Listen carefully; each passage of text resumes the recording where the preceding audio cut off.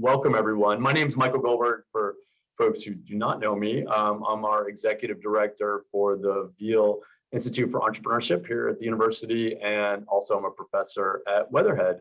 And it's such a pleasure to welcome back to Cleveland and campus, Michael and Lizzie Horvitz.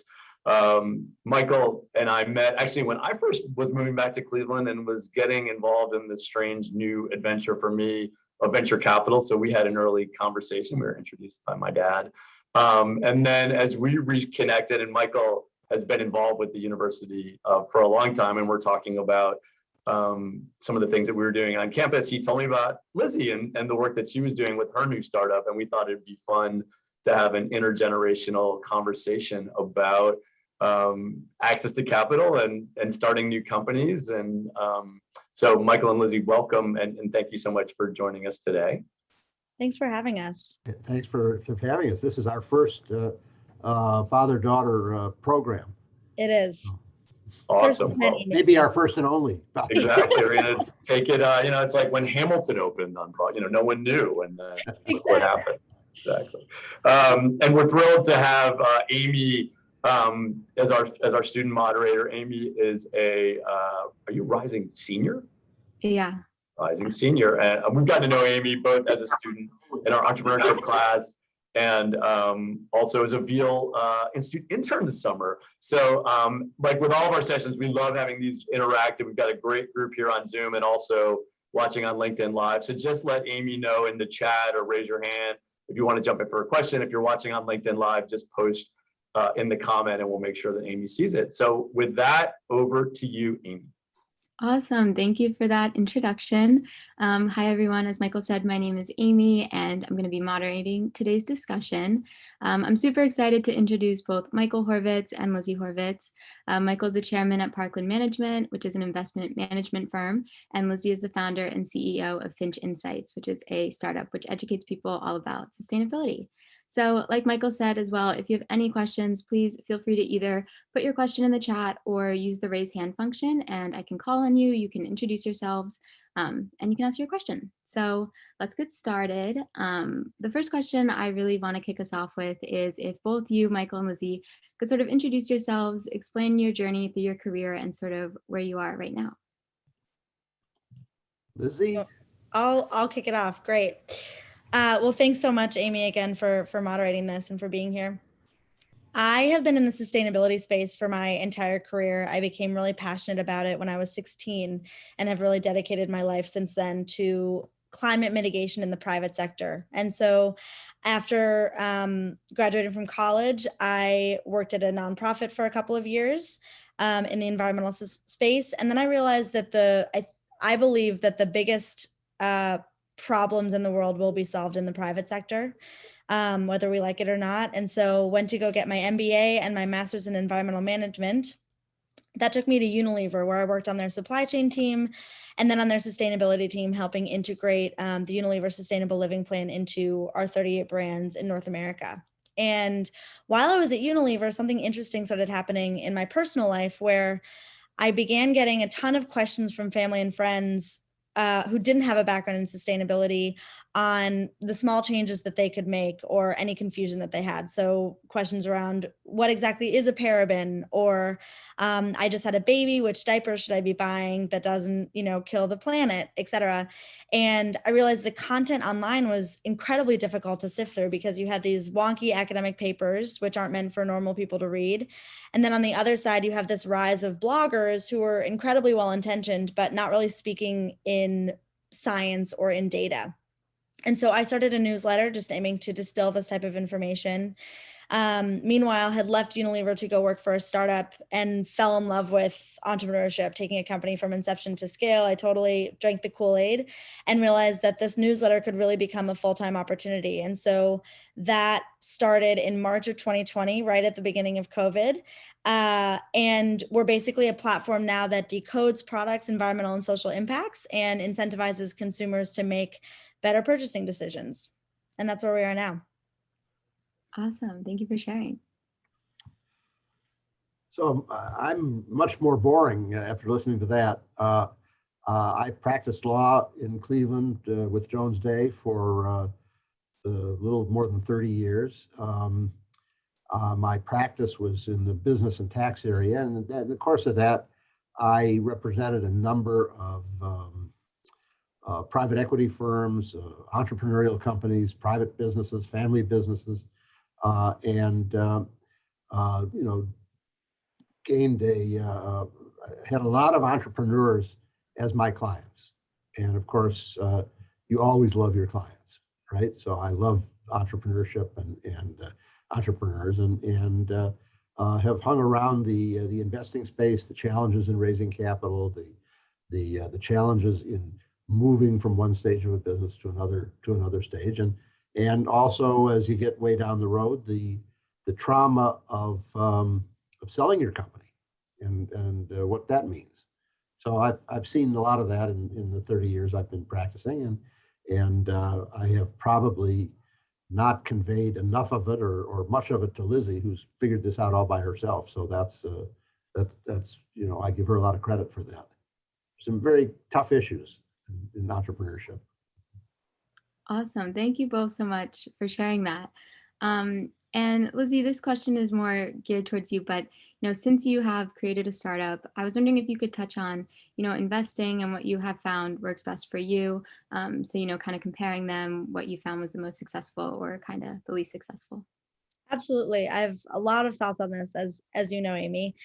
I got very good advice early on that said that your first round, when you go out to institutional investors or even friends and family angels, you should get as far as possible. And so I found that instead of going to a lot of people saying, I have this great idea, help me build it, I wanted to build as much as I could first, and then go out for funding. And it's not lost on me that that's an incredibly privileged position to be in. I was able to take to set aside $200,000 of my own money to invest in Finch. And that sort of took us through the first really year, where we were able to build a beautiful website and build, wireframes for our product and a lot of other sort of assets that really helped sell. And so then I went out to raise a pre-seed round. I personally am not super involved in the venture capital world. I don't know much about it except for my own experience.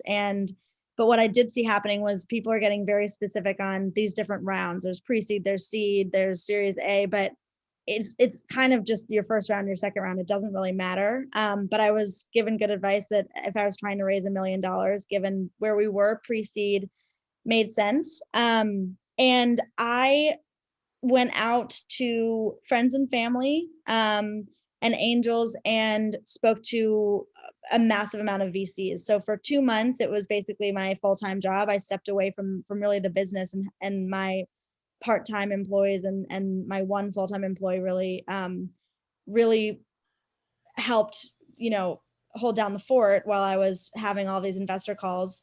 And I just spoke to everybody and anybody. And someone said in the beginning, you're going to speak to probably 200 people after this is all done. And that's not because you're going to get so many no's. It's because every single time you're on the phone with somebody, they'll say, I think you should speak to this other colleague of mine, or this other person you would find interesting. And that rang to be very, very true. It sort of just grew out of probably a list of 30 turned into probably 300 conversations that I had. I had a really good experience with angels. I think there are a lot of strategic angels who just do this either full-time or on the side as a hobby, and they love getting involved. They're always available to talk.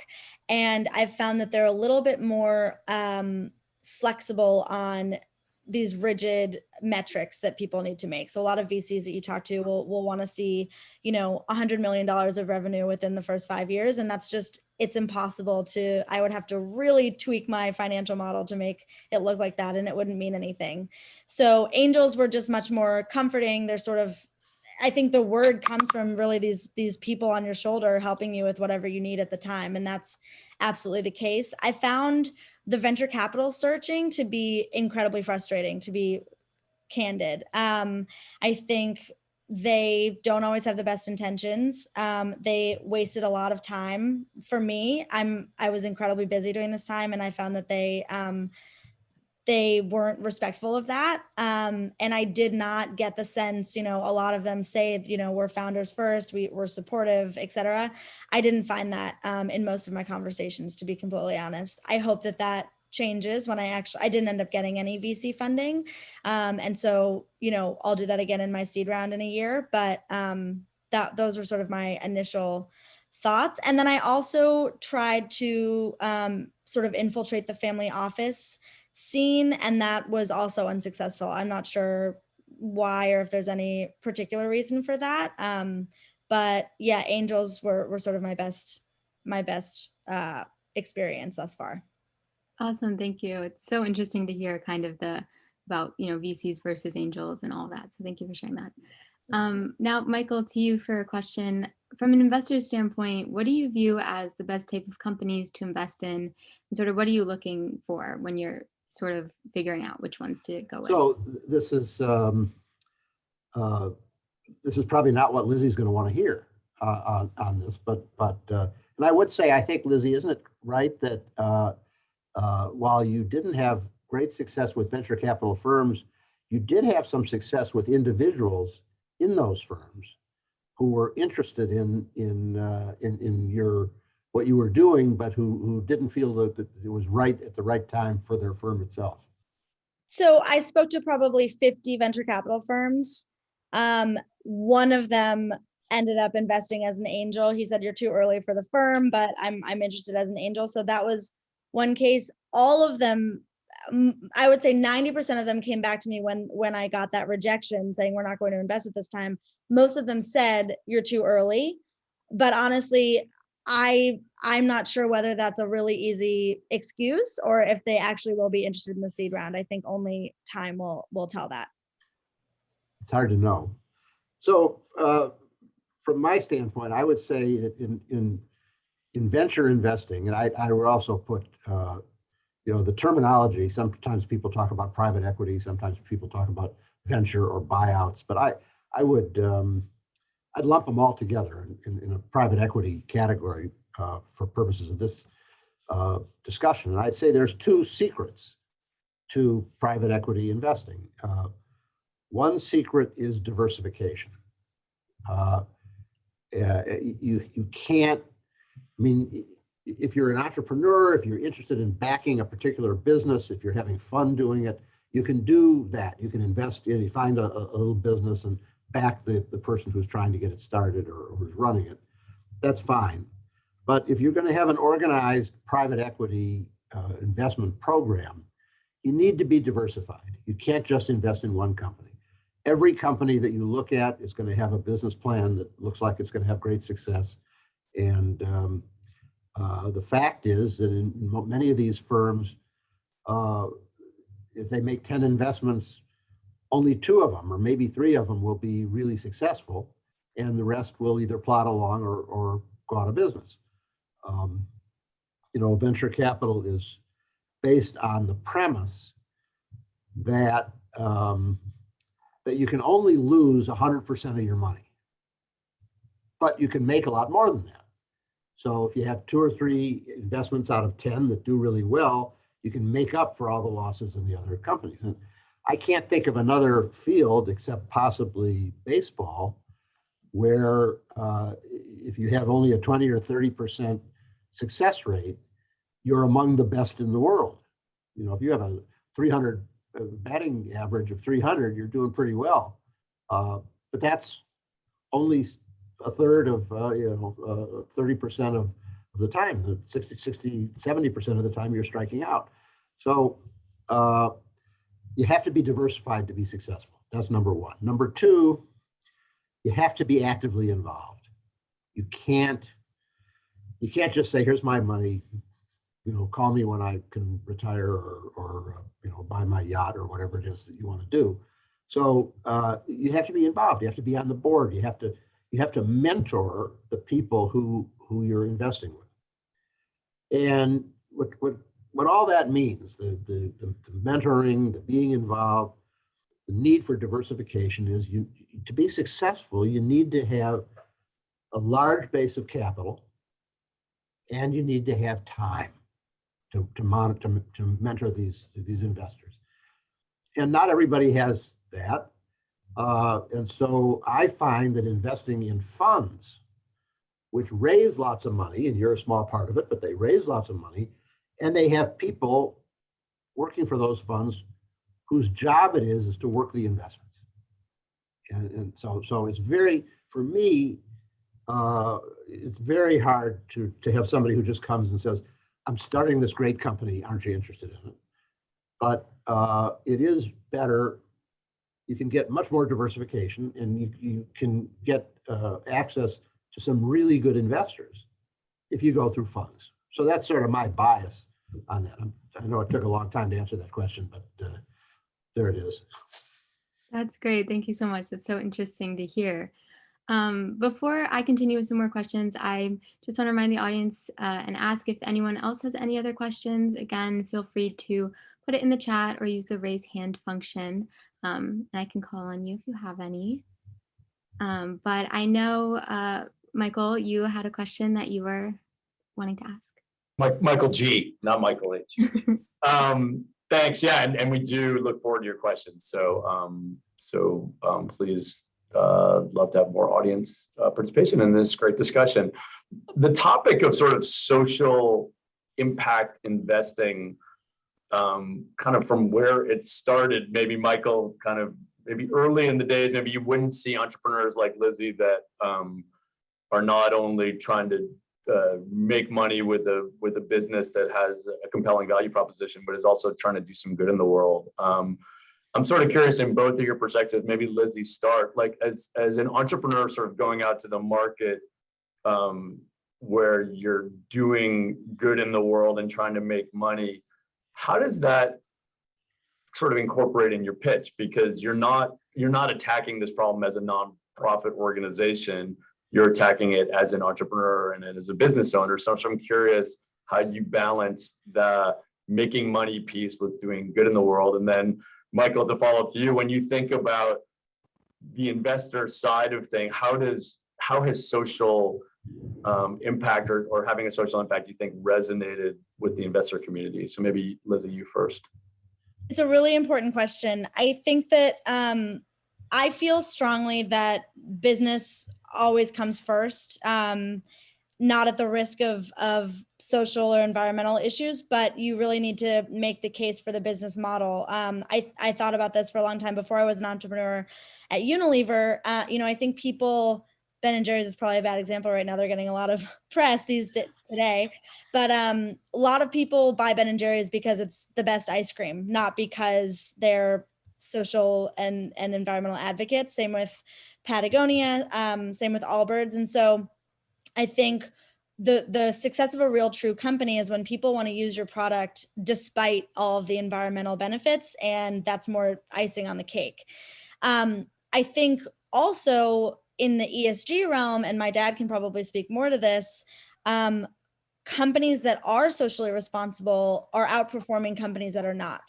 And we're very strongly moving in that connection where, when I think back to my investor conversations, they were sort of put in two buckets. There was, a group of venture capital firms that only invested in climate technology and other sustainability companies. There were also every single VC firm that's traditional who wants to dip their toe in the sustainability space. If you're not a part of that movement, you're missing out on something. So I'm seeing that both on the investor side. And then also, when I started this company in March, I couldn't believe how genius I was. I was like, I can't believe no one's thought of this before. And actually, it turns out a ton of people have tried this, but are actually, there's almost a new company like Finch popping up at least a week, every week that I'm seeing.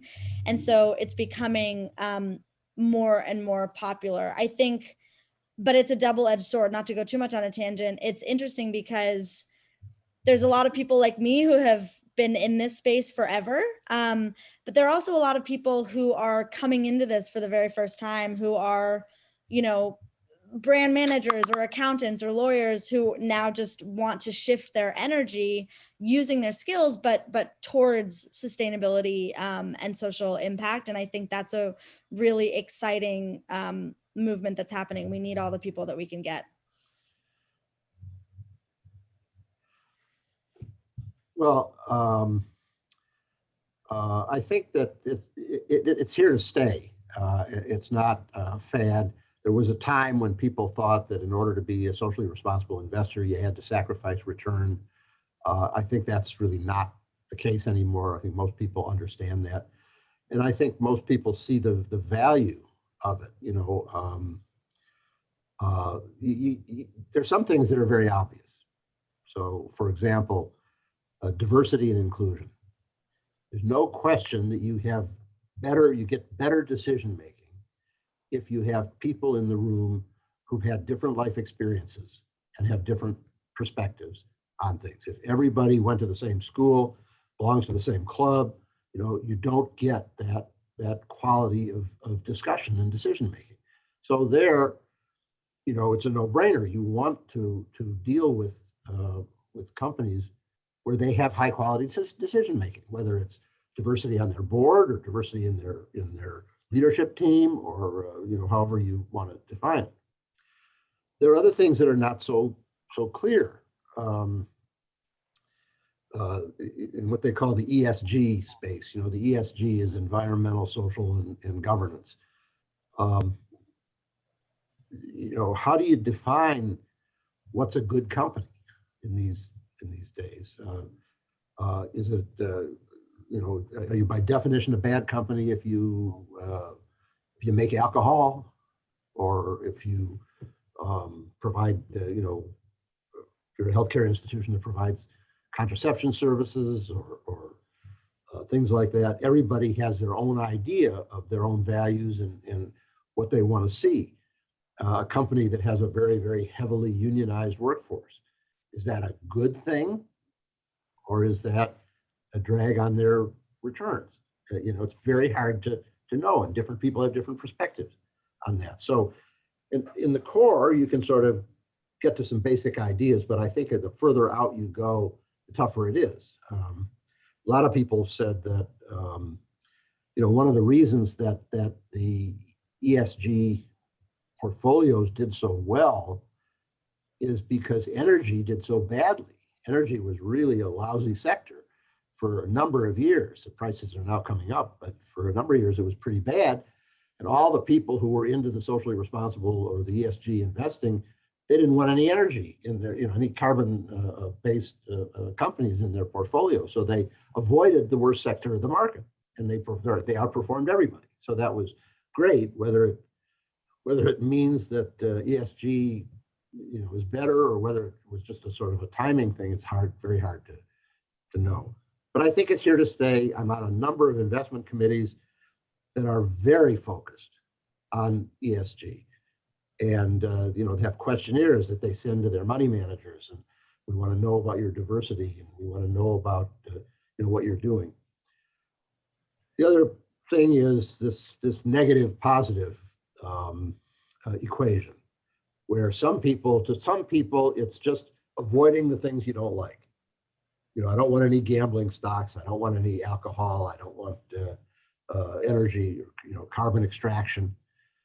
And then there's the other people who are, I guess you would call them impact investors.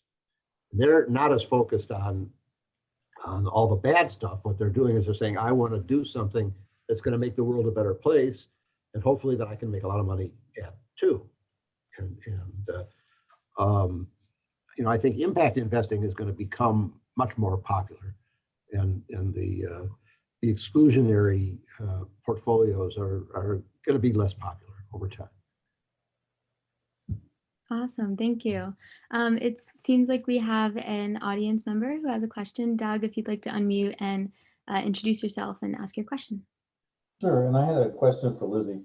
I like the business concept. I'm questioning the competitive landscape that you're playing in, and what hits me is the barriers for entry seem pretty low for this type of business.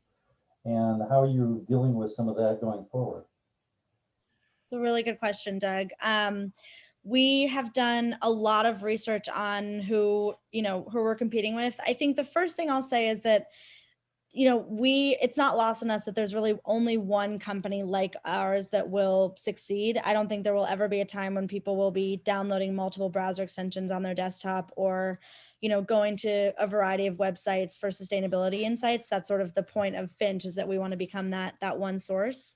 But that said, the more people that are doing this and the more attention it gets, I think the better it is for all of us.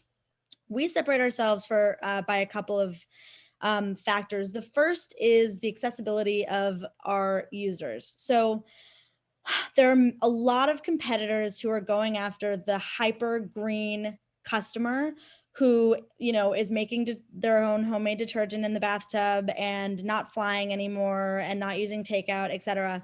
And that's great for them. That's not what Finch is all about. Finch is trying to reach the 50 to 65% of the population who cares about climate change, doesn't want to be part of the problem, but is not really willing to spend more than 7 minutes online researching what they need or change their life in a real fundamental way. So we think we can capture that wider audience and hopefully have a bigger impact, because those hyper green people are going to get to the answer anyway.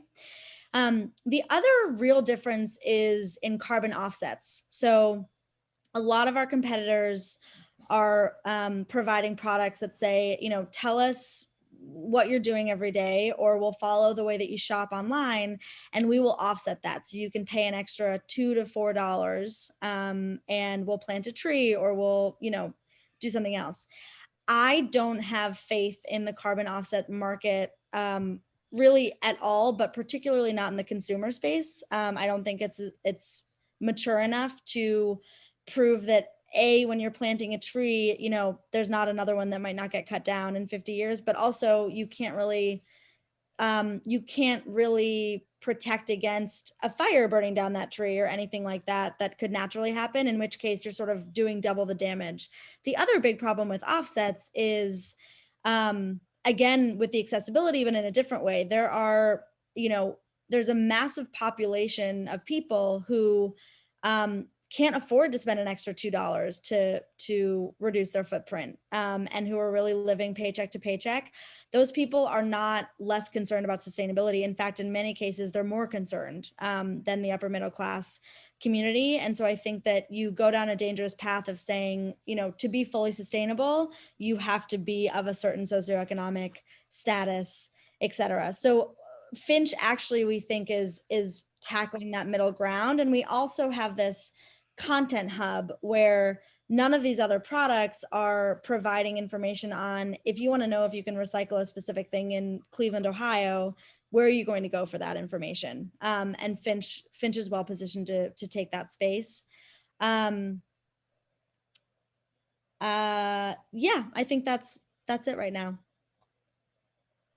I hope that answered your question. Thank you for the question, Doug. That was great. And thank you for the answer, Lizzie. Michael, I have a question for you now. I was wondering, if you could touch on sort of the difference. You've worked with a lot of like big and small companies. If you could sort of touch on those and, who you found you like working better with, what's the difference sort of between big and small companies that you've sort of seen? Well, I'm not sure that big and small is necessarily the right category, but I do think there are different stages businesses go through. I think the skills, the drive you need to start a business, to be a real entrepreneur and really get it off the ground are very unique. And people who have those skills, who have, if I were to generalize, and I don't like to do that because a lot of the characteristics I'm going to describe do not describe my daughter. But sometimes they're impulsive. Sometimes they don't have patience for meetings and bureaucracy. They want to just go out and get stuff done and so forth. And that works great when you're a very small company. But as you get bigger, as you have to have systems, as you have to have a human resources person, and you have to hire a lawyer and all that stuff, some people can't make the switch, And so you go through different phases. And some people have the ability to get the thing off the ground, but not the ability to take it then to the next level or to become public or to have partners. A lot of people are sort of loners, and they like being loners, and having partners is a whole different animal, So, and then when you get really big, when you become a big public company, you are much more bureaucratic. You have a lot more difficult ways to make decisions. You have a lot more meetings. You have a lot of stuff that a lot of people don't like. In my law practice, I liked representing people for whom the issues I was dealing with were very important, personally important. So if somebody started a business and it's like their baby, and the decisions you're making, especially if there's a complicated, tough problem, these are really important personally to the people at the company. And so I really like dealing with those people and helping them solve problems that were important to them. I did not like working for very big companies that had general counsels who would call you up and say, I need to know how Rule 304C works in the context of this little problem, and then you're answering a legal question. But the person who's calling you doesn't really care about the answer. They may have, if they're working on a transaction and it works out well, they may get a bigger bonus than they otherwise would have. They don't have that personal stake in what's going on. So I loved dealing with people for whom the things we were dealing with were really personally important. I found it very satisfying. Sometimes, my wife didn't find it that satisfying because sometimes they call you at home and all hours of the day and night, and they have all these issues and stuff like that. But I think overall, I enjoyed it much more. Lizzie's had experience working in both, both environments, and I think she would tell you that there's pluses and minuses of each. Mm-hmm. Awesome. Thank you so much for sharing. Oh, sorry. Go ahead. No, I was just going to say that's absolutely true. There are pros and cons, but I really appreciate the smaller sort of startup environment much more than the large company one. Awesome. It seems like Ishan has a question. So Ishan, if you want to unmute, introduce yourself and ask away. Sure. Give me a sec. All right. Hi, everybody. My name is Ishan, and I recently started with my startup Ethiclick, which is a platform that creates browser extension, mobile app, and a website that helps you find sustainable products and alternatives, and helps you figure out to what extent these products are sustainable and stuff. So my question is, when Finch goes about searching for products and they talk to companies or they partner with companies to find about this manufacturing and materials they're using, to what extent do you think the companies are honest about sharing those details about whether they're using the same correct material and the energy consumption they're using or the workers' condition and stuff? And how do you go about rating them, if that makes sense? I think it makes perfect sense. I think the honesty factor is a tricky one. And at first we had a rule that we would only use publicly available data. So we would scrape the internet and look at SEC filings, sustainability reports, press releases, because our feeling was that, it's a lot harder to lie in a publicly facing statement than it is to, if we were just to say, fill out a survey and let us know how you feel. The other reason we did that was because I just knew from my experience at Unilever, most companies wouldn't spend the time. Finch is a nobody to them right now. And so I don't think they'd be incredibly interested in taking the time it required to give us the information that we were looking for. So, 99% of our information is publicly sourced. What's been interesting since we launched is that we've had companies coming to us proactively saying, we're this new deodorant company. We'd love for you to rate us. Here's a bunch of information.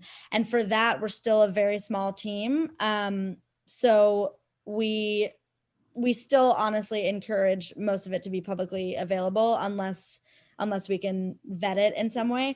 We also want to encourage companies to just be more transparent in the first place. So we've talked to, I believe overall, companies are not doing a lot of good things for the environment and not talking about it, right? You're not using organic cotton and keeping that a secret. So I think generally it hasn't been a problem. And for companies that are keeping it private, I just actually spoke to Nike and they said, we do so much behind the scenes that our customers don't know about, partly because we don't know how to communicate it.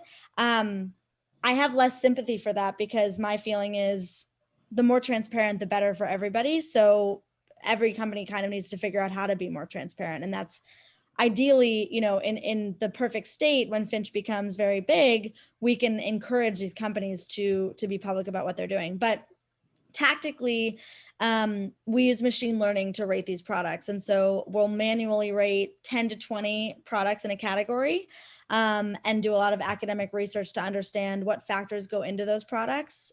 So for paper towels, for example, it would be, you know, the risk of deforestation or runoff at the pulp mill, things like that. We'd read academic papers to understand how those factors play out and how we should weight them. And then we feed that into our machine learning model, which then scrapes at scale, you know, all the paper towel products on Amazon and gives them each a score. It's absolutely not perfect yet, but we're getting there. Cool. Thank you so much. Sure. Awesome. Thank you for the question, Ashan. Darren, I see that your hand is up. If you want to unmute, introduce yourself and ask your question. Hi, good morning, everyone. My name is Darren Small. Hi, Lizzie. Went from New York City, moving to Ohio in 3 days, actually. So I'm looking forward to being moving to Cleveland. I'm going to be taking my startup, which is Oko, peer-to-peer. It's really the business software as a service model, connecting buyers and sellers of physical commodities together on a platform. So Lizzie, I had a question for you. Good to see you today. Thank you for your talk. About customer acquisition, like how are you thinking about connecting with your customers as Finch grows? It's just maybe talk about more about the strategy or the model that you're looking to put in place to connect with your customers in the right places so they get the information that they need. Sure. I can actually kill two birds with one stone because it looks like Melissa asked the top 3 questions VCs had. And the main question was absolutely customer acquisition. How are you going to make this go viral? Because for our business model, it requires everybody and their mom to download this extension. And so we think about that probably more than any other issue within the company. And I think it's a combination of things. First, it's building a community. It's doing research on who these people are, like who's willing to download the extension and how do we find them. So we did a lot of research very early on, probably September of last year, doing a lot of Facebook ads tests. And we have 3 key archetypes, one of whom is a new mom. She is a really good demographic for us for a variety of reasons that you're probably thinking of. One of the reasons I think is most interesting is that we all have brand loyalties, right? I use Bounty paper towels because that's what I grew up on, and I'm not really interested in switching brands.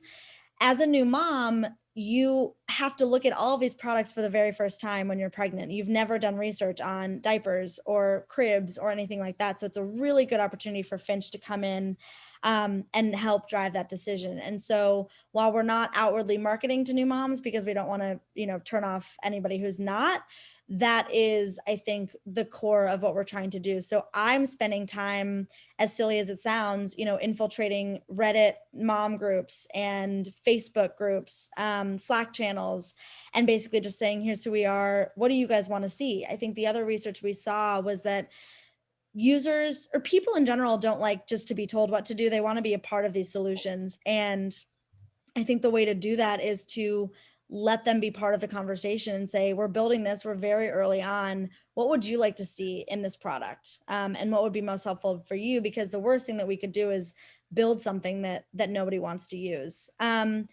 We'll get to the paid marketing, which there's really no replacement for that. That goes a really, really long way. If we can get, you know, partnerships with influencers and things like that, that's probably going to take us to the next level. But for right now, we're really focusing on organic growth and seeing who we can get to partner and amplify our voice. Awesome. Thank you so much, Darren, for asking the question.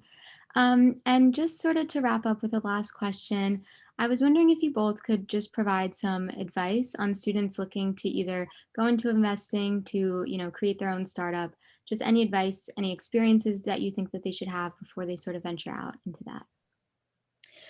I'll start. I feel very strongly that it's important to have experience before you do either of those things. I think there's a lot of movement towards people just coming out of college or business school and starting their own companies without ever having worked at a startup. I feel very strongly that you learn so much being under someone who's done this before. I would have never been able to start Finch or get this far had I not had that, year and a half experience at the other startup.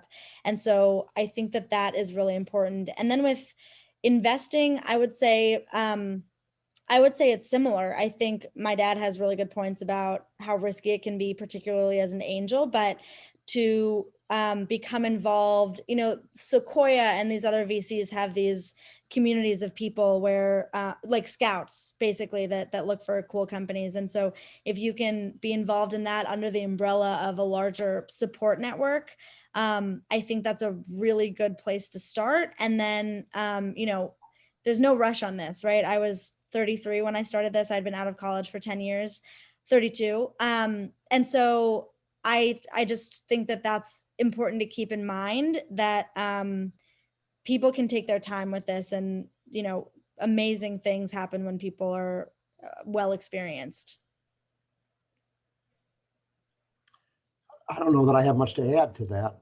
I do think getting experience elsewhere is important. There are some highly celebrated examples of great success. Bill Gates and Steve Jobs, who dropped out of college and started these businesses and then became phenomenally successful. It doesn't mean everybody should drop out of college. It doesn't mean that nobody should get a job someplace first. There's always exceptions to the rule, but I think for most people, seeing how a well-established business operates is very beneficial. And I would encourage people to do that. And it's not, if you're 25 when you start your company instead of being 22 or 20, in the scheme of things, I don't think that it changes things, and it could help a tremendous amount. Awesome. Well, thank you so much. That's great advice to end on. Thank you again for taking the time to come today and talk to everyone. But I'm going to turn it back over to Michael G. Great. Thanks, Aimee, for moderating. You did a great job today. Michael and Lizzie, thank you so much for joining. I think the intergenerational dynamic, Michael H., my dad is on behind his, he's not on video, but I see him on. So I've got my own intergenerational thing going on this session today. But we really appreciated you guys joining us today. We do look forward to welcoming you back to Cleveland and to Case Western Reserve at some point soon. And for those joining today, I did put a link to future events that we have upcoming. And we are returning to campus. So we're going to be doing things both in person here in ThinkBox, but also streaming out events. Many of you are not based here in Cleveland, so we'll continue to welcome folks via Zoom and also on LinkedIn Live. So again, and there's my dad's face, Michael, so you can see him in person or see him via Zoom. Lizzie and Michael H., thank you so much for joining, and thanks everybody for joining, and we'll see you all soon. Thank you all. Take care. Bye. Thanks, Michael. Bye-bye.